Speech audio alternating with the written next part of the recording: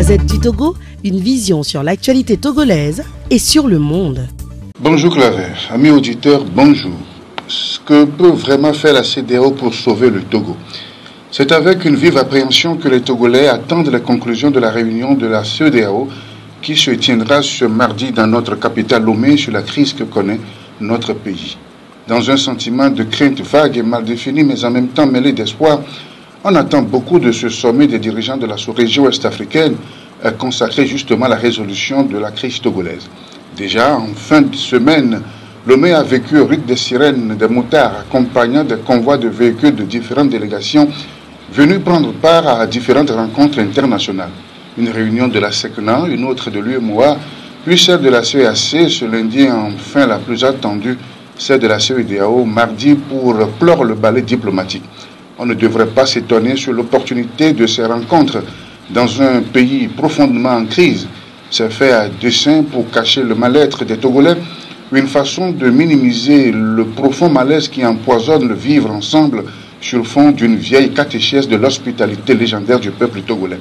Ou encore qu'on aime bien venir à Lomé pour voir les principaux acteurs pavoiser des drapeaux des différents pays sans forcément se soucier du poids économique et financier que représente l'organisation de ces rencontres pour le contribuable.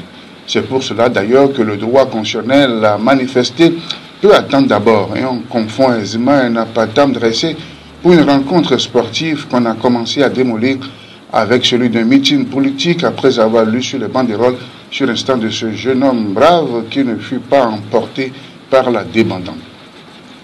Mais revenons à l'essentiel. Que peut vraiment faire la CEDEAO pour sauver notre pays? Pas de miracle en tout cas. Elle aurait proposé ou imposé même la plus belle feuille de route que la crise ne finirait pas si les Togolais eux-mêmes ne se décidaient pas à retrouver la fibre patriotique pour comprendre qu'on fait trop de mal à ce pays et à son peuple. Un petit grain d'amour pour la patrie mère ferait propulser le Togo dans un avenir radieux. Il faut prendre conscience de l'état de déliquescence avancé du tissu social, de l'économie et du recul du pays sur plusieurs plans. Pourquoi ne pas s'arrêter à envisager une autre manière de faire la politique, de gérer autrement les affaires de la cité pour un renouvellement permanent de la classe dirigeante comme cela se passe tout autour de nous?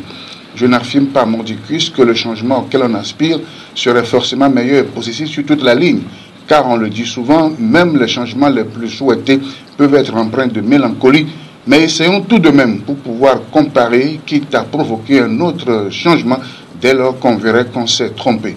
C'est du bon sens tout simplement. Dans ces conditions, la CEDEAO, dans sa feuille de route, devrait s'inscrire dans une perspective qui donne à la majorité des Togolais l'espoir d'une vision claire et concrète sur la révolution en cours dans la sous-région, conformément à son protocole d'accord sur la question de l'alternance politique. Il ne faut pas qu'au soir du 31 juillet, on sort un communiqué final avec l'éternelle litanie, la CEDEAO exhorte, la CEDEAO invite, la CEDEAO recommande, ou la CEDEAO encourage, et autres refrains du genre. Et je ne pense pas que cela pourrait apaiser les tensions. Il faut dépasser le style diplomatique pour être clair sur ce qu'on veut vraiment pour le Togo, non pas pour dire au chef de l'État de partir, comme le fait croire un élan populiste et démagogique. Cette question est d'ordre personnel et relève de la seule responsabilité de l'intéressé lui-même, qui seul, devant le tribunal de sa conscience, prendra, au nom de l'amour qu'il a pour son pays et pour lui-même, la décision qu'il jugera meilleure.